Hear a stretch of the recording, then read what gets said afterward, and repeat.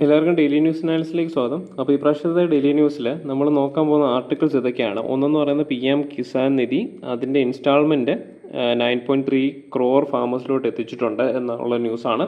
അതൊരു ഗവൺമെൻറ് സ്കീമാണ്. GS3 അല്ലെങ്കിൽ GS2 government schemes news related ആയിട്ടുള്ള ഒരു വാർത്തയായതുകൊണ്ട് എടുത്താണ്. നെക്സ്റ്റ് എന്ന് പറയുന്നത് push for more climate action. അത് GS3 എൻവയോൺമെൻറ്റ് അല്ലെങ്കിൽ ക്ലൈമറ്റ് ചേഞ്ചുമായിട്ട് റിലേറ്റഡ് ആയിട്ടുള്ള ഒരു ടോപ്പിക്കാണ്. നമ്മുടെ എഡിറ്റോറിയലിൽ വരുന്നൊരു ന്യൂസാണ്. പിന്നെ നെക്സ്റ്റ് എന്ന് പറയുന്നത് what's happening in French territory of new Caledonia. Okay, Caledonia എന്ന് പറയുന്ന ഓസ്ട്രേലിയൻ കോണ്ടിനെൻറ്റിന് അടുത്തുള്ള ഒരു ഐലൻഡ് നേഷനാണ്. അവിടെ ഫ്രഞ്ച് അതോറിറ്റിയാണ് റൂൾ ചെയ്യുന്നത്. അപ്പോൾ അതിൽ പ്ലേസസ് ഇൻ ന്യൂസ് എന്ന രീതിയിൽ നമുക്ക് പ്രിലിംസിൽ എടുക്കാം. അതുപോലെ തന്നെ നിയോ കൊളോണിയലിസം റിലേറ്റഡ് ആയിട്ട് നിങ്ങൾക്ക് മെയിൻസ് പെർസ്പെക്റ്റീവിൽ ഇത് നിങ്ങൾക്ക് എടുക്കാം. ഓക്കെ, അതിന് വേണ്ട പോയിന്റ്സ് അത് നിയോ കോളനിസം 2 and 4 ഡിസ്കസ് എന്ന രീതിയിൽ മെയിൻസിൽ നിങ്ങൾക്ക് ക്വസ്റ്റ്യൻസ് വന്നു കഴിഞ്ഞാൽ നിങ്ങൾക്ക് അതിനകത്ത് നിന്ന് എടുക്കാൻ പറ്റുന്ന പോയിന്റ്സ് ആണ് അതിനകത്ത് ഡിസ്കസ് ചെയ്യുന്നത്. ഓക്കെ, അപ്പോൾ ഫസ്റ്റ് നമ്മുടെ ന്യൂസ് എന്ന് പറയുന്നത് PM Kisan Nidhi installment released to 9.3 crore farmers. അപ്പോൾ അതിൻ്റെ കോണ്ടെക്സ്റ്റ് എന്ന് പറയുന്നത് PM കിസാൻ നിധി ആ ഒരു PM കിസാൻ സ്കീം നമുക്കറിയാം, 6000 രൂപ വർഷം എല്ലാവർക്കും കിട്ടുന്ന രീതിയിൽ, അതായത് ഇൻസ്റ്റാൾമെൻ്റ് ആയിട്ടാണ് വരുന്നത്. 2000 രൂപ വീതം എല്ലാവർക്കും വരും ബാങ്ക് അക്കൗണ്ടിൽ ഓരോ തവണ 4 മാസം കൂടുമ്പോൾ വരും. അതാണ് അതിനകത്ത് പറയുന്നത്. അപ്പോൾ വാട്ട് ഈസ് PM കിസാൻ? അപ്പോൾ PM കിസാൻ എന്ന് പറയുന്നത് ഒരു സെൻട്രൽ സെക്ടർ സ്കീമാണ്. ഓക്കെ, അത് 2019 ലോഞ്ച് ചെയ്തത്. ലാൻഡ് ഹോൾഡിംഗ് ഫാമേഴ്സിൻ്റെ ഫൈനാൻഷ്യൽ നീഡ്സിനെ സപ്ലിമെൻറ്റ് ചെയ്യാനായിട്ടാണ് ആ ഒരു സ്കീം ലോഞ്ച് ആകുന്നത്. അപ്പോൾ അതിൽ എന്താണ് 6,000 rupees per year in 3 equal instalments of 2,000 rupees each in every 4 months ആണ്. ഓക്കെ, ഇത് ട്രാൻസ്ഫർ ചെയ്യുന്നത് ഡയറക്റ്റ് ബാങ്ക് അക്കൗണ്ട്സിലോട്ടാണ്. ഇതിൻ്റെ ഒരു എക്സാമ്പിളാണ്, ഇത് ഒരു ഡയറക്റ്റ് ബെനിഫിറ്റ് ട്രാൻസ്ഫർ സ്കീമിൻ്റെ ഒരു എക്സാമ്പിളാണ് PM കിസാൻ എന്ന് പറയുന്ന സ്കീം. ഓക്കെ, ഈ സ്കീമിൻ്റെ സ്കോപ്പ് എന്താണെന്ന് വെച്ചാൽ ഇത് actually small and marginal farmers ഏകദേശം 2 hectare വരെ ലാൻഡ് ഹോൾഡ് ചെയ്യുന്ന സ്മോൾ ആൻഡ് മാർജിനൽ ഫാമേഴ്സിനെ ടാർഗറ്റ് ചെയ്താണ് ഈ സ്കീം ഇറക്കിയേക്കുന്നത്. ഇത് ഓൾ ലാൻഡ് ഹോൾഡിംഗ് ഫാമേഴ്സിലോട്ട് ഇത് എക്സ്റ്റെൻഡ് ചെയ്തിട്ടുണ്ട്. ഓക്കെ, ഇതിൽ സെൻട്രൽ സെക്ടർ സ്കീമാണ്. സെൻട്രൽ സെക്ടർ സ്കീം എന്ന് പറയുമ്പോൾ പറയാം 100% ഫണ്ടിങ് വരുന്നത് ഗവൺമെൻറ് ഓഫ് ഇന്ത്യ, അല്ലെങ്കിൽ സെൻട്രൽ ഗവൺമെൻറ് ആണ് ഇത് 100% ഫണ്ട് ചെയ്യുന്നത്. ഓക്കെ, ഇതിൻ്റെ നോഡൽ മിനിസ്ട്രി എന്ന് പറയുന്നത് ministry of agriculture and farmers welfare ആണ്. ഇതിന് ഒബ്ജക്റ്റീവ് എന്ന് പറയുമ്പോഴേക്കും ഒരു പ്രോപ്പർ ക്രോപ്പ് ഹെൽത്ത്, അതുപോലെ അപ്രോപ്രിയേറ്റ് ഈൽഡ്. നമുക്കറിയാം മിക്ക കേസിലും ഫാമേഴ്സ് ഈ ക്രോപ്പും അങ്ങനത്തെ കാര്യങ്ങൾക്ക് ഒരു പൈസ സ്വരൂപിച്ചിട്ട് അവർ കൃഷിക്ക് വേണ്ടി പൈസ മൊത്തം ഇറക്കും. പക്ഷേ ഇവരുടെ ഫാമിലിയിൽ ഇതിനുള്ള പൈസ, അവർക്കുള്ള ദൈനംദിന ആവശ്യത്തിനുള്ള പൈസ ചിലപ്പോൾ കാണത്തില്ല. എന്നിട്ട് ഈ കൃഷി ചെയ്ത് കിട്ടുന്ന പൈസയുടെ പ്രോഫിറ്റ് ഏറ്റവും അവസാനമൊക്കെ അല്ലേ വരത്തുള്ളൂ. അപ്പോൾ അത്രയും നാൾ ഇവർക്ക് സസ്റ്റെയിൻ ചെയ്യാനായിട്ട് ഉള്ള എമൗണ്ട് ഒന്നും ഇവരുടെ കയ്യിലില്ല. അപ്പോൾ അത്രയും ഒരു ഫോൾട്ട് ഈ ഇന്ത്യൻ ഫാമിംഗ് സിസ്റ്റത്തിൽ ഉണ്ടെന്ന് കണ്ടിട്ട് അവരുടെ ഒരു ലൈഫ് ഡെവലപ്പ് ചെയ്യാനായിട്ടാണ് ഗവൺമെൻറ് ഇങ്ങനൊരു സ്കീം കൊണ്ടുവന്നത്. അപ്പോൾ ഇതിന് ഉള്ള ഒരു മെക്കാനിസം എന്ന് പറയുന്നത് PM കിസാൻ മൊബൈൽ ആപ്പ് ഉണ്ട്, developed and designed by the national informatics centre ആണ്. Collaboration with ministry of electronics and information technology, അത് അതിൻ്റെ ഒരു പാർട്ടാണ്. പിന്നെ ഫിസിക്കൽ വെരിഫിക്കേഷൻ മോഡ്യൂളുണ്ട്. A mandatory physical verification of 5% of beneficiaries is being done every year as per the schemes provisions. Okay, അത് അതിൻ്റെ അകത്ത് റിലേറ്റഡ് ആയിട്ടുള്ള കാര്യങ്ങളാണ്. നെക്സ്റ്റ് എന്ന് പറയുന്നത് ക്ലൈമറ്റ് ചേഞ്ചുമായിട്ട് റിലേറ്റഡ് ആയിട്ടുള്ള ഒരു ന്യൂസാണ്, push for more climate action. അപ്പോൾ ഇതിൻ്റെ കോണ്ടെക്സ്റ്റ് എന്ന് പറയുന്നത് നമ്മുടെ international tribunal for the law of the sea ITLOS marks a milestone in international climate change litigation. അപ്പോൾ അത് ഈ കൺട്രീസിൻ്റെ ഒബ്ലിഗേഷൻ, അതായത് നമുക്കറിയാം UNCLOS, നമ്മൾ ഇതിനകത്ത് തന്നെ UNCLOS എന്താണെന്ന് നോക്കും. UNCLOS എന്ന് പറയുമ്പോഴേക്കും United Nations convention on the law of the sea, അതിനെ റിഗാർഡ് ചെയ്തിട്ട് climate change mitigation to protect marine environment related ആയിട്ടാണ് ഈ എഡിറ്റോറിയൽ വരുന്നത്. ഓക്കെ, ഈ ഒരു ഇതിൻ്റെ ഈ ഒരു ഒപ്പീനിയൻ വരാൻ കാരണം എന്ന് വെച്ചാൽ it is a response to the request from commission of small island states on climate change and international law. അപ്പം നമുക്കറിയാം ഇപ്പോൾ ക്ലൈമറ്റ് ചേഞ്ച് വന്നു കഴിയുമ്പോൾ, അതായത് ക്ലൈമറ്റ് ചേഞ്ച് സ്റ്റാർട്ട് ചെയ്തത് അല്ലെങ്കിൽ ഇൻഡസ്ട്രിയലൈസേഷൻ ഒക്കെ കാരണമാണ് ക്ലൈമറ്റ് ചേഞ്ച് ഇപ്പോൾ ഇത്രയും എക്സ്റ്റെൻസീവായിട്ട് വരാൻ കാരണം.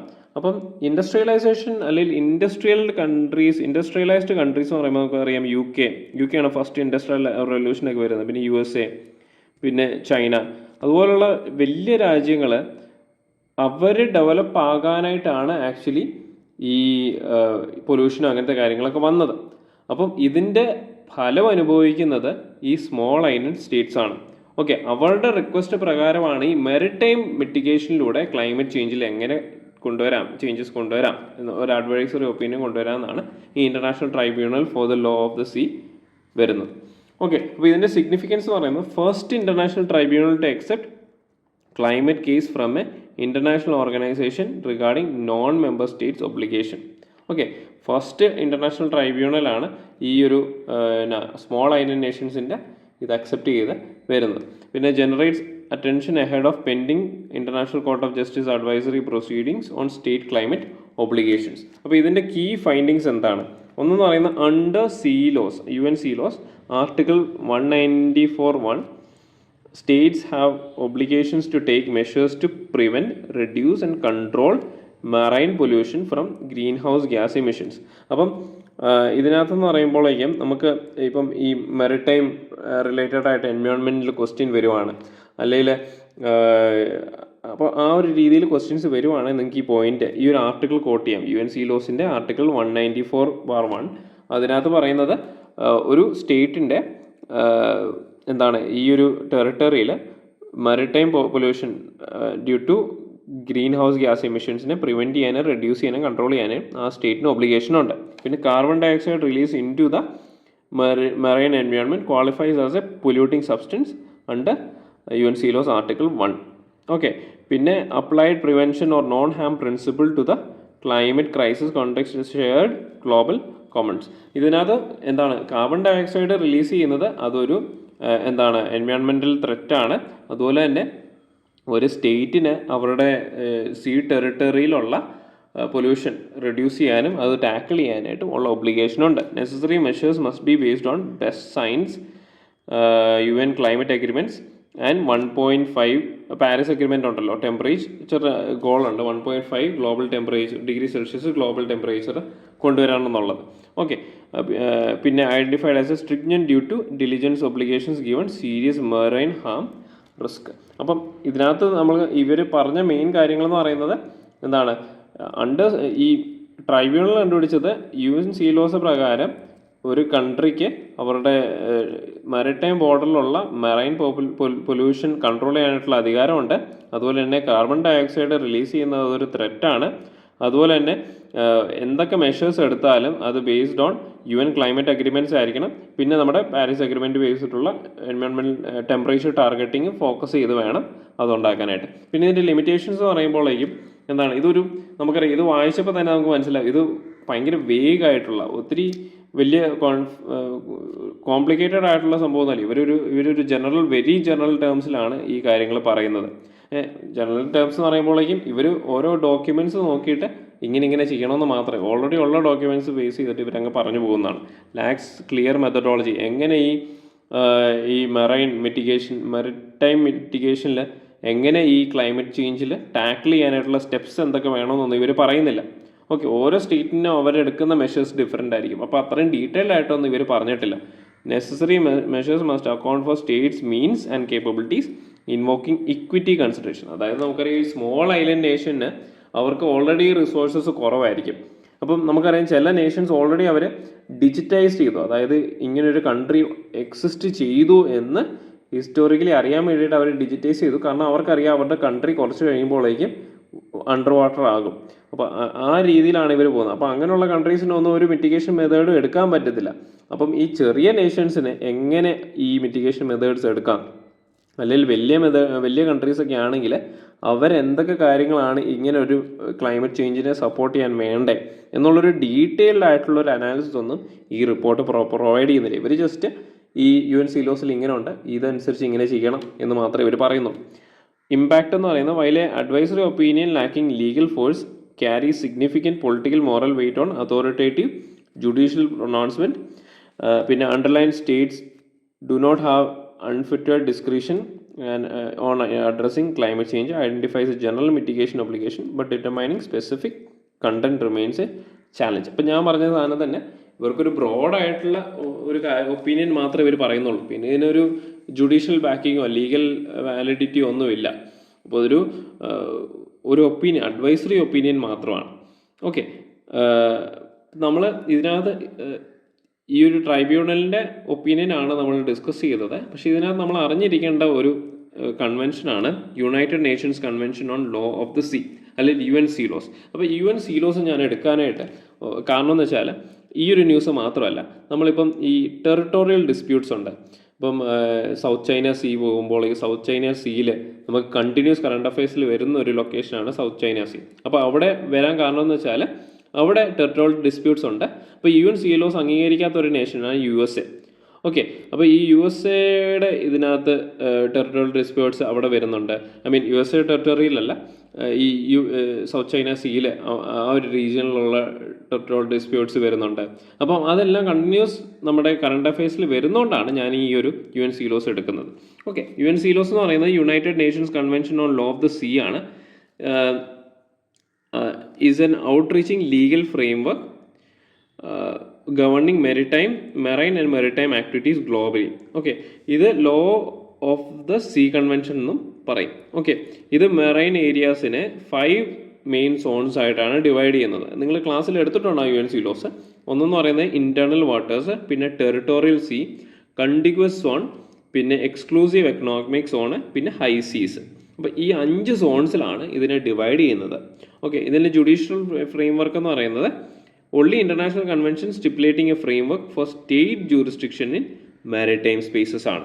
Okay, provide different legal regimes and degree to control coastal. അതായത് ഒരു രാജ്യത്തിൻ്റെ മെറിടൈം ബോർഡറിനെ തീരുമാനിക്കുന്നത്, അല്ലെങ്കിൽ ആ ഒരു ബോർഡറിനുള്ളിലെ എക്കണോമിക് ആക്ടിവിറ്റീനെ തീരുമാനിക്കുന്നത് ആയിട്ടുള്ള ഒരു ഒൺലി ഇൻ്റർനാഷണൽ കൺവെൻഷനാണ് UN സീലോസ്.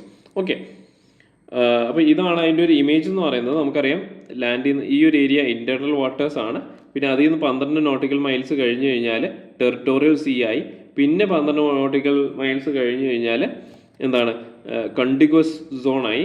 ഈ 12 ഇതിന് ഈ ഇൻറ്റേർണൽ വാട്ടേഴ്സ് തൊട്ട് ഹൈ സീസ് വരെയുള്ള ഹൈ സീസിൻ്റെ ഇടയ്ക്ക്, അതായത് ഈ ഒരു ടെറിട്ടോറിയൽ സീയുടെയും ഹൈ സീസിനും ഇടയ്ക്കുള്ള ഈ ഒരു റീജിയനാണ് എക്സ്ക്ലൂസീവ് എക്കണോമിക് സോൺ വരുന്നത്.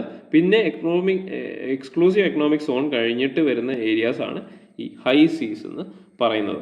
ഓക്കെ, ഓരോന്നും നമ്മൾ ഡീറ്റെയിൽ ആയിട്ട് നോക്കും. അപ്പോൾ മെറൈൻ സോൺസ് അല്ലെങ്കിൽ മെറിടൈം സോൺസ് എന്ന് പറയുന്നത് ഇൻറ്റർണൽ വാട്ടേഴ്സ് എന്ന് പറയുമ്പോഴേക്കും, അതായത് ഈ ലാൻഡിനടുത്ത് ചേർന്ന് കിടക്കുന്ന ഏരിയാസ്, അതായത് ബേസ്, അതുപോലെ പോർട്സ്, അതൊക്കെയാണ് ഇൻറ്റർണൽ വാട്ടേഴ്സ് വരുന്നത്. അത് ആ ഒരു സ്റ്റേറ്റിൻ്റെ ഫുൾ സോവറിനിറ്റി വരുന്ന, അതിന് കംപ്ലീറ്റ് റൈറ്റുള്ള സ്ഥലമാണ് ഈ ഇൻറ്റേർണൽ വാട്ടേഴ്സ് എന്ന് പറയുന്നത്. ആ ഒരു സ്റ്റേറ്റിന് ഫുൾ കൺട്രോളുള്ള ഏരിയയാണ് ഇൻറ്റേർണൽ വാട്ടേഴ്സ് എന്ന് പറയുന്നത്. ഓക്കെ, അപ്പം ഇന്നസെൻറ്റ് പാസേജിന് ഇവിടെ റൈറ്റ് ഇല്ല. പിന്നെ ടെറിട്ടോറിയൽ സീ എന്ന് പറയുന്നത് ഇത് ഒരു 12 നോട്ടിക്കൽ മൈൽസ് എക്സ്റ്റെൻഡ് ചെയ്യും. ഇതിൻ്റെ ഇതെന്ന് പറയുന്നത് ലിമിറ്റഡ് ജൂറിസ്ഡിക്ഷണൽ റൈറ്റ് ആണ്, സ്റ്റേറ്റിന് സോവറിനിറ്റി ഉണ്ട്. ഇന്നസെൻറ്റ് പാസേജ് റൈറ്റ് ടു അതായത് ഒരു ഷിപ്പിന് അവിടെ കൂടെ കടന്നു പോകാം, വേറൊരു കൺട്രിയുടെ ഷിപ്പിന് അതിലൂടെ കടന്നു പോകുന്നതിന് പ്രശ്നമൊന്നുമില്ല, ഇന്നസെൻറ്റ് പാസേജിന് പ്രശ്നമില്ല. കണ്ടിഗ്വസ് സോൺ എന്ന് പറയുന്നത് 24 നോട്ടിക്കൽ മൈൽസ് എക്സ്റ്റെൻഡ് ചെയ്യും ഫ്രം ബേസ് ലൈൻ. അത് എന്താണ്, ലിമിറ്റഡ് എൻഫോഴ്സ്മെൻറ്റ് ജൂറിസ്ഡിക്ഷൻ ആണ്, ഒത്തിരി കൺട്രോൾ അവിടെ ഇല്ല. എക്സ്ക്ലൂസീവ് എക്കണോമിക് സോൺ എന്ന് പറയുമ്പോഴേക്കും ഇത് 200 നോട്ടിക്കൽ മൈൽസ് ഉണ്ട്. അവിടെ എന്താണ്, എക്സ്പ്ലോറേഷൻ, അതുപോലെ തന്നെ മെറിടൈം റിസോഴ്സസ്, ഓയിൽ വെൽസ്, അല്ലെങ്കിൽ നമ്മുടെ ബോംബെ ഹൈ പോലത്തെ. അപ്പോൾ ആ ഏരിയാസ് എന്നൊക്കെ പറയുന്നത് നമ്മുടെ എക്സ്ക്ലൂസീവ് എക്കണോമിക് സോണിൽ വരുന്നതാണ്. അവിടെ വേറൊരു കൺട്രീസിലേക്ക് വന്നിട്ട് അവിടെ എന്താണ് ആ റിസോഴ്സസ് എടുക്കാനായിട്ട് പറ്റത്തില്ല. ഹൈ സീസ് എന്ന് പറയുന്നത് ഈ എക്സ്ക്ലൂസീവ് എക്കണോമിക് സോൺ കഴിഞ്ഞിട്ടുള്ള റീജിയൻ ആണ്. അതൊരു ഗ്ലോബൽ കോമൺ ഏരിയ ആണ്, open for all peaceful purposes of like transit, maritime science. Okay, അപ്പം ഇത് UN സീലോസ് എന്ന് പറയുന്ന ഒരു ക്രൂഷ്യൽ ലീഗൽ ഓർഡർ വരും. നമ്മുടെ ഈ ഓഷ്യൻ വേസ് അല്ലെങ്കിൽ വാട്ടർ വേസിനെ എങ്ങനെ ഗവൺ ചെയ്യണം എന്നുള്ളതിന് ഒരു ക്രൂഷ്യൽ ലീഗൽ ഓർഡർ അല്ലെങ്കിൽ ലീഗൽ ഫ്രെയിംവർക്ക് തരുന്ന ഇതാണ് കൺവെൻഷനാണ് UN സീലോസ്. അതും കൂടി ഓർത്തിരിക്കാം. ഓക്കെ, നെക്സ്റ്റ് എന്ന് പറയുന്നത് നമ്മുടെ പ്ലേസസ് ഇൻ ന്യൂസ് റിലേറ്റഡ് ആയിട്ടുള്ള ഒരു ന്യൂസ് ആണ്. ഈ ന്യൂ ക്ലാഡോണിയ എന്ന് പറയുന്ന ഏരിയ. ഓക്കെ, ആ ഒരു ഏരിയ ഫ്രഞ്ച് ടെറിട്ടറിയാണ്. അത് ഫ്രഞ്ച് കൺട്രോളിൽ വന്നതാണ്. അപ്പോൾ ഇതിൻ്റെ കോണ്ടെക്സ്റ്റ് എന്ന് പറയുന്നത് ന്യൂ കാലിഡോണിയ ഒരു ഫ്രഞ്ച് ടെറിട്ടറിയാണ് in South Pacific has been witnessing protest and riots by indigenous Kanak community. അവിടുത്തെ ഒരു ഇൻഡിജിനസ് കമ്മ്യൂണിറ്റിയാണ് Kanak community against proposed amendment. അതായത് അവരുടെ ഇലക്ട്രൽ വോട്ടർ ലിസ്റ്റ് അവർ ഒന്നുകൂടെ റിന്യൂ ചെയ്യാനായിട്ട് പ്ലാൻ ചെയ്തു. അപ്പം അവിടെ വന്ന് 10 വർഷം സെറ്റിലായ ആൾക്കാരെ ഇതിനകത്ത് ആഡ് ചെയ്യാനായിട്ടാണ് ഇത് ചെയ്യുന്നത്. പക്ഷേ അവിടുത്തെ ഇൻഡിജിനസ് കമ്മ്യൂണിറ്റിയുടെ ബാർഗെയിനിങ് പവർ അവിടെ കുറയുമെന്ന് കണ്ട് അവരവിടെ പ്രൊട്ടസ്റ്റ് സ്റ്റാർട്ട് ചെയ്തു. ഓക്കെ, അപ്പോൾ ഇതിൻ്റെ ബാക്ക്ഗ്രൗണ്ട് ഇതാണ്. ഈ ന്യൂ കാലിഡോണിയയുടെ അതായത് എന്താണ് ഒറിജിനൽ ഇൻഹാബിറ്റൻസ് എന്ന് പറയുന്നത് കനാക് ഇൻഡിജിനസ് പീപ്പിൾ ആണ്. ഇത് ഫ്രാൻസ് 1853 ഈ കൺട്രോൾ ഗെയിൻ ചെയ്യുന്നത്. അതൊരു കൊളോണിയൽ റൂളായി. വേൾഡ് വാർ 2 ശേഷം കനാക്സിന് ഫ്രഞ്ച് സിറ്റിസൺഷിപ്പ് ഗ്രാൻഡ് ചെയ്തു, പക്ഷേ മാർജിനലൈസ്ഡ് ആയിരുന്നു. പിന്നെ അവിടെ ആ ഒരു ടെറിട്ടറിയിലോട്ട് ഫ്രഞ്ച് മൈഗ്രേഷൻ ഭയങ്കരമായിട്ട് കൂടി. അപ്പോൾ കനാക്സ് ഒരു മൈനോറിറ്റി ആയി. ഓക്കെ, പിന്നെ ഇൻഡിപെൻഡൻസ് മൂവ്മെൻറ്റ് സ്റ്റാർട്ട് ചെയ്തു. 1960s കനാക് ഇൻഡിപെൻഡൻസ് മൂവ്മെൻറ്റ് സ്റ്റാർട്ട് ചെയ്തു. അത് FLNK എന്ന് പറയുന്ന ഒരു ഗ്രൂപ്പ് 1984 അത് ഒരു ഫോം ചെയ്തു. പിന്നെ ഒത്തിരി ടെൻഷൻസും അതുപോലെ കാര്യങ്ങളെല്ലാം 1984 മുതൽ 1988 വരെ നടക്കുന്നുണ്ട്. അങ്ങനെ കുറേ റെഫറൻഡംസും അങ്ങനത്തെ കാര്യങ്ങളുണ്ട്. ഓക്കെ, അതാണ് അതിൻ്റെ ഒരു ബാക്ക്ഗ്രൗണ്ട്. അപ്പം ഞാൻ ഈ ഒരു ടെറിട്ടറി, ഫ്രഞ്ച് ടെറിട്ടറിനെ കുറിച്ച് പറയാൻ കാരണം ബേസിക്കലി നിങ്ങൾക്ക് പ്ലേസസ് ഇൻ ന്യൂസിൽ നിങ്ങൾക്ക് പ്രിലിംസ് പെർസ്പെക്റ്റീവിൽ ഇതിൽ നിന്ന് ക്വസ്റ്റ്യൻസ് വരാൻ ചാൻസസ് ഉണ്ട്. ഉറപ്പ് പറയാൻ പറ്റില്ല, വരുമായിരിക്കും. ഓക്കെ, പിന്നെ നെക്സ്റ്റ് എന്ന് പറയുന്നത് നിയോ കോളനിയലിസം എന്ന് പറയുന്ന ഒരു ടോപ്പിക്ക് നിങ്ങൾക്ക് ഇമ്പോർട്ടൻ്റ് എന്ന് വെച്ചാൽ ആ ഒരു ടോപ്പിക്ക് നിങ്ങൾക്ക് പഠിക്കാനുള്ളതാണ്. അപ്പം നിയോ കോളനിയലിസം എന്ന് പറയുന്നത് refers to the control of less developed countries by developed countries ആണ്. ഇപ്പോൾ നമുക്കറിയാം, ഇപ്പം നമുക്ക് ഒരു കൊളോണിയൽ എറ ഉണ്ടായിരുന്നു. അപ്പോൾ നമ്മൾ ബ്രിട്ടീഷ് അണ്ടറിലായിരുന്നു, നമ്മൾ കൊളോണൈസ്ഡ് ആയിരുന്നു. അത് കഴിഞ്ഞിട്ട് നമ്മൾ ആൻറ്റി കൊളോണിയൽ മൂവ്മെൻറ്റ്സ് നടത്തി നമ്മൾ അവിടുന്ന് ഫ്രീഡം കൊണ്ടുവന്നു. പക്ഷേ വേൾഡ് വാർ 2 ശേഷം ഈ കൊളോണിയൽ മൂവ്മെൻ്റ് എല്ലാം വന്ന USA സപ്പോർട്ട് ചെയ്ത് ആൻറ്റി കൊളോണിയൽസ് സപ്പോർട്ട് ചെയ്തിട്ട് കുറേ കൊളോണിയൽ സ്റ്റേറ്റ്സ് റിപ്പബ്ലിക്കായി, അവർ ഫ്രീഡം നേടിയെടുത്തു. ഓക്കെ, പക്ഷേ ഇപ്പോഴും ചില ടെറിട്ടറീസ്, ചില ഐലൻഡ് നേഷൻസ്, ഇപ്പം അർജൻറ്റീനയുടെ അടുത്തുള്ള ഐലൻഡ് നേഷൻസ് ഉണ്ട്, അത് ബ്രിട്ടീഷ് ടെറിട്ടറിയാണ്. അപ്പോൾ അതുപോലെ തന്നെ ഈ ന്യൂ കാലിഡോണിയ എന്ന് പറയുന്ന ഈ നേഷൻ, ഈ ഒരു ഐലൻഡ് നേഷൻ, അത് ഫ്രഞ്ച് ടെറിട്ടറിയാണ്. ഇപ്പോഴും ഒരു കൊളോണിയൽ എംപയറിലാണ് യൂറോപ്പ് ഇപ്പോഴും ഉള്ളത്. അപ്പോൾ ആ ഒരു സെഗ്മെൻറ്റിനെയാണ് നിയോ കൊളോണിയലിസം എന്ന് പറയുന്നത്. ഓക്കെ, അതായത് ഒരു ഇമ്പീരിയൽ പവർ ഇപ്പോഴും ചില ഐലൻഡ്സിനെ അവരുടെ റിസോഴ്സസ് എക്സ്പ്ലോയിറ്റ് ചെയ്യുന്ന ഒരു സിനാരിയോ.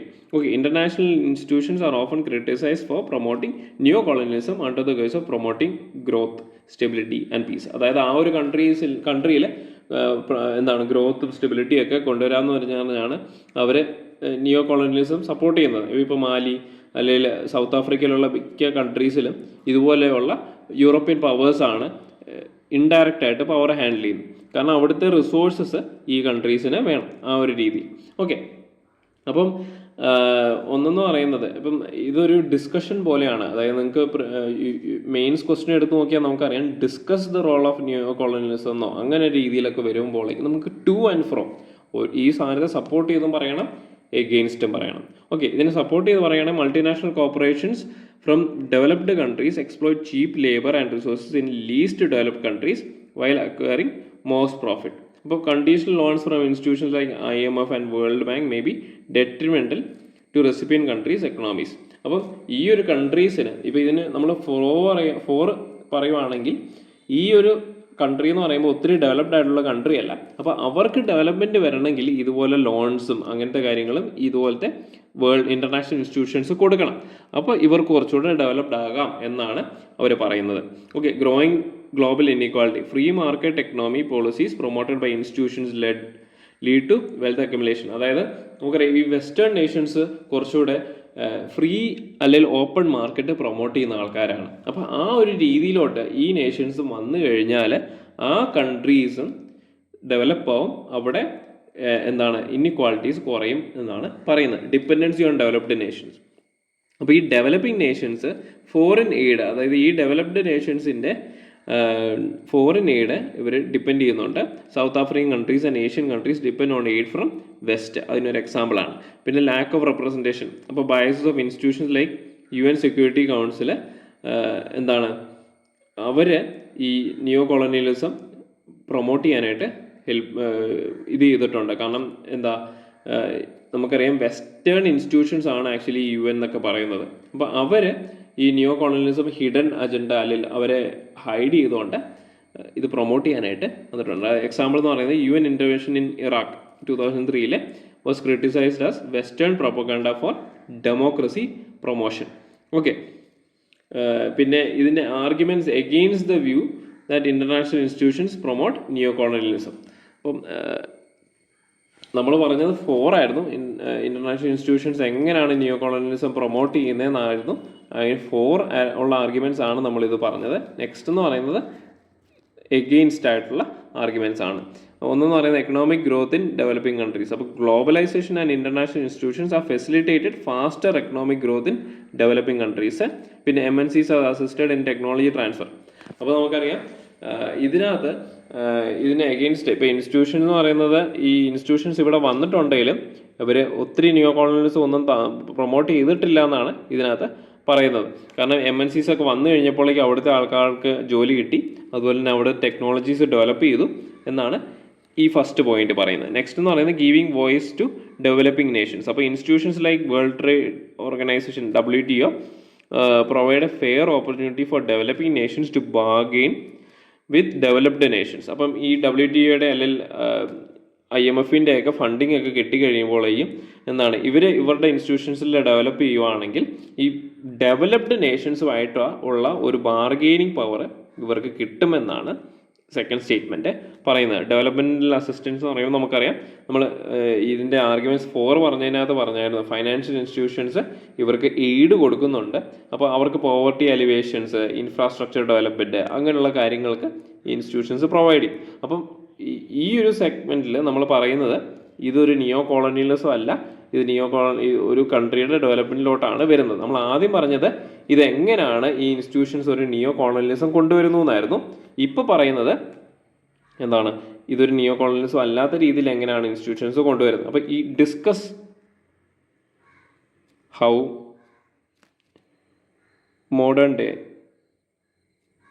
modern institutions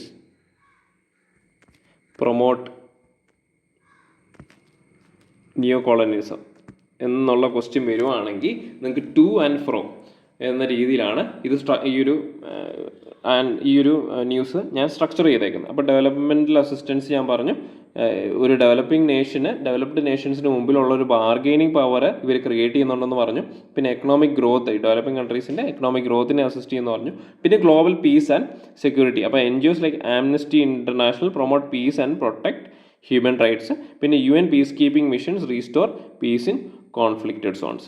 ഓക്കെ, ഇതാണ് അതിൻ്റെ ഒരു ലൊക്കേഷൻ വരുന്നത്. ന്യൂ കാലിഡോണിയ എന്ന് പറയുന്നത് എന്താണ്, നമ്മുടെ ഈസ്റ്റേൺ സൈഡ് ഓഫ് ഓസ്ട്രേലിയൻ കോണ്ടിനെൻറ്റിലെ ഈസ്റ്റേൺ സൈഡാണ് ഈ ഒരു ഐലൻഡ് നേഷൻ വരുന്നത്, അതിൻ്റെ ഒരു ലൊക്കേഷൻ വരുന്നത്. ഓക്കെ, അപ്പോൾ ഈ പ്രാവശ്യത്തെ DNA എല്ലാവർക്കും മനസ്സിലായെന്ന് വിചാരിക്കുന്നു. നമ്മൾ കുറച്ചൊക്കെ മെയിൻസ് പെർസ്പെക്റ്റീവിലായിരുന്നു. PM കിസാൻ എന്ന് പറയുന്ന സ്കീമിനെ കുറിച്ച് നമ്മൾ പഠിച്ചു. അതൊരു സെൻട്രൽ സെക്ടർ സ്കീമാണ്. 100% സ്പോൺസർഷിപ്പ് ഫ്രം സെൻട്രൽ ഗവൺമെൻറ് ആണ്. പിന്നെ അതെന്തുകൊണ്ടാണ് ഗവൺമെൻറ് ഇംപ്ലിമെൻറ്റ് ചെയ്തത്, പോവർട്ടി എലിവേഷൻ, അതുപോലെ തന്നെ ക്രോപ്പിംഗ് സൈക്കിൾ പ്രോപ്പർ ആകാൻ ഒരു ഫാമറിൻ്റെ ലൈവ്ലിഹുഡിന് കുറച്ച് ക്യാഷ് ഫ്ലോ വേണം. അപ്പം അതിന് വേണ്ടിയിട്ടാണ് അവർ ഗവൺമെൻറ് ഇത് ഇംപ്ലിമെൻറ്റ് ചെയ്തത്. ഒരു ഡയറക്റ്റ് ക്രെഡിറ്റ് ട്രാൻസ്ഫർ എന്ന് പറയുന്ന രീതിയിലുള്ള ഒരു സെഗ്മെൻറ്റ് വരുന്ന സ്കീമാണ് എന്ന് നമ്മൾ പറഞ്ഞു.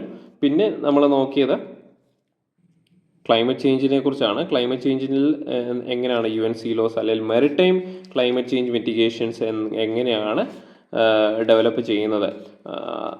പിന്നെ നമ്മൾ നോക്കിയത് UNCLOSനെ കുറിച്ചാണ്. UNCLOSൻ്റെ different categories of maritime zones നമ്മൾ നോക്കി.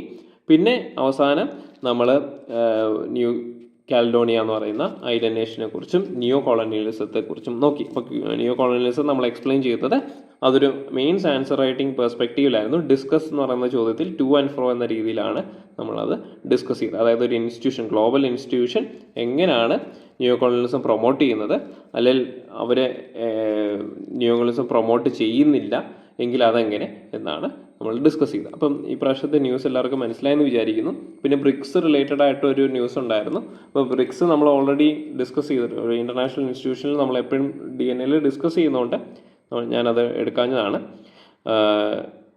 പിന്നെ ഉള്ളത് മണിപ്പൂർ വയലൻസ് ആണ്. അത് നമ്മൾ ഓൾറെഡി ഡിസ്കസ് ചെയ്തിട്ടുള്ള ടോപ്പിക്കാണ്. അപ്പം ഈ പ്രാവശ്യത്തെ DNA അനാലിസിസ് എല്ലാവർക്കും മനസ്സിലായെന്ന് വിചാരിക്കുന്നു. ഇനി അടുത്ത പ്രാവശ്യം കാണാം. നന്ദി, നമസ്കാരം.